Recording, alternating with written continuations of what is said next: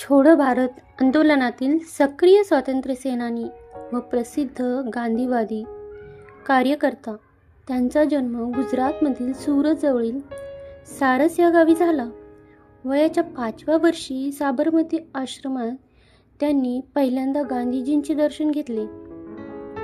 यानंतर त्यांच्या गाव नजीक गांधीजींनी घेतलेल्या शिबिरात त्या सहभागी झाल्याने महात्मा गांधीजींच्या विचारांचा त्यांच्यावर प्रभाव पडला. त्यांनी लहानपणी स्वातंत्र्य आंदोलनात सहभागी होण्याचा व खादीचे वस्त्रे परिधान करण्याचा संकल्प केला. वयाच्या 8व्या वर्षी त्यांनी आपल्या सहकाऱ्यांसोबत सायमन कमिशनच्या विरोधी आंदोलनात सक्रिय सहभाग घेतला. त्यांचे प्राथमिक शिक्षण खेडा भडोच येथे झाले. चांदरामजी हायस्कूल मुंबई येथे माध्यमिक शिक्षण झाले. 1935 मध्ये त्या मॅट्रिकची परीक्षा उत्तीर्ण झाल्या. त्यानंतर मुंबईच्या विल्सन महाविद्यालयात त्यांनी पुढील शिक्षणासाठी प्रवेश घेतला. उषा मेहतांचे वडील सरकारी सेवेत न्यायाधीश असल्याने ते त्यांना स्वातंत्र्य आंदोलनात सहभागी होण्यास प्रत्यक्षपणे प्रोत्साहन देऊ शकत नव्हते. पुढे वडिलांच्या निवृत्तीनंतर त्यांचे कुटुंब मुंबईत स्थलांतरित झाले व त्या स्वातंत्र्य आंदोलनात सहभागी होऊ लागल्या. स्वातंत्र्य चळवळीतील इतर मुलामुलींसोबत त्या गुप्तपत्रे वाटत व इतर कार्यातही भाग घेत. 1939 साली त्यांनी तत्त्वज्ञान विषयात प्रथम श्रेणीत पदवी प्राप्त केली. पुढे कायदे विषयक पदवीकरिता प्रवेश घेतला. तथापि 1942च्या छोडो भारत आंदोलनात सहभागी झाल्याने त्यांचे शिक्षण थांबले. गांधीवादी जीवनशैलीचे अनुकरण करून त्यांनी अत्यंत साधे राहणीमान स्वीकारले. दुसऱ्या महायुद्धापासून भारतीय स्वातंत्र्य संग्रामाला वेगळीच कलाटणी मिळाली होती. भारतीय जनतेला न विचारता व्हाईसरायने परस्पर भारताला युद्धात खेचल्याच्या निषेधार्थ सर्वत्र ब्रिटिशांविरुद्ध संताप व्यक्त होत होता. महायुद्ध सुरू झाल्यावर काँग्रेस मंत्रिमंडळाने राजीनामे दिले. त्यातच 1940 मध्ये मुस्लिम लीगने लाहोर येथील आपल्या अधिवेशनात द्विराष्ट्रवादाच्या आधारावर देशाच्या फाळणीची मागणी केली. यावेळी जागतिक युद्ध परिस्थिती ब्रिटनच्या दृष्टीने फारच बिकट झाली होती. 1941च्या अखेरीस अमेरिका आणि चीन या राष्ट्रांनी हिंदी जनतेचे युद्धात सहकार्य मिळवण्यासाठी हिंदुस्थानला भरीव राजकीय सुधारणा देण्याबाबत आग्रह धरला होता. तेव्हा चर्चिल मंत्रिमंडळाने सर स्टॅफर्ड क्रिप्स यांना वाटाघाटीसाठी भारतात धाडले. क्रिप्स योजनेमुळे देशातील कोणत्याही प्रांताला किंवा देशी संस्थानिकाला फुटून निघण्याचा अधिकार मिळणार असल्याने देशाचे विघटन होण्याचे संकट उभे राहिले. यामुळे भारताच्या अखंडतेला धोका निर्माण होणार असल्याने गांधीजींनी ही योजना फेटाळली व ब्रिटिशांनी या देशातून ताबडतोब चालते व्हावे अशी मागणी केली. 7 आणि 8 ऑगस्ट 1942 मध्ये मुंबईस भरलेल्या काँग्रेस समितीसमोर स्वातंत्र्याचा ठराव मांडण्यात आला आणि गांधीजींनी नेतृत्वाखाली जन आंदोलन सुरू केले.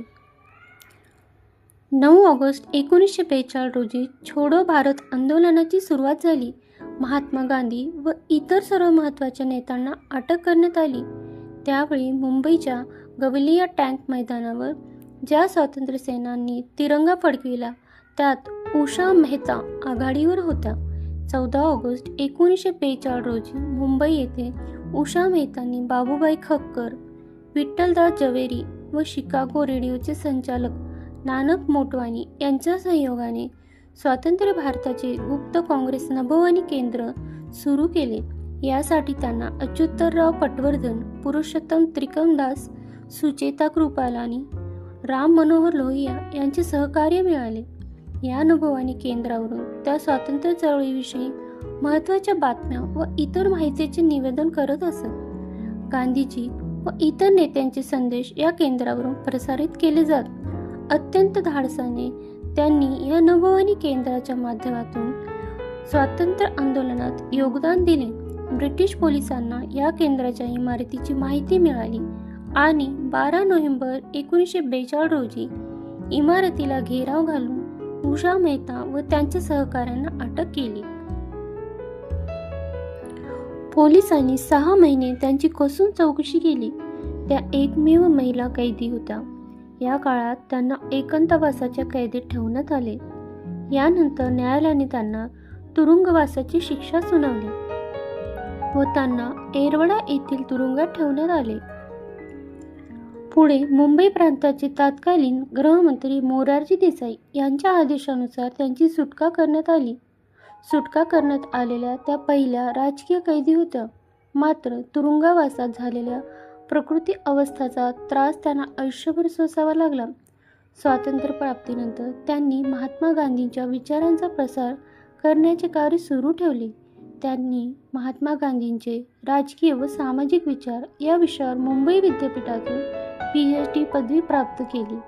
मुंबई विद्यापीठात नुकत्याच सुरू झालेल्या नागरिकशास्त्र व राज्यशास्त्र विभागात त्या अधिव्याख्याता, प्राध्यापक, विभाग प्रमुख या पदावर काम करून सेवानिवृत्त झाल्या.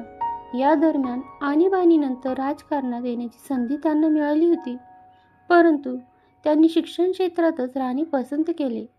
अध्यापनाबरोबरच व्याख्याने, संशोधन, कार्यशाळा व परिषदा यामधून त्या सक्रिय राहिल्या. नगरपालिका, विद्यापीठे, विद्यापीठ अनुदान आयोग येथील विविध समित्यांवर सदस्य म्हणून त्यांनी काम केले. केंद्रीय लोकसेवा आयोग व गुजरात राज्याच्या कार्यालयीन सुधारणा आयोगाचेही त्या सदस्य होत्या.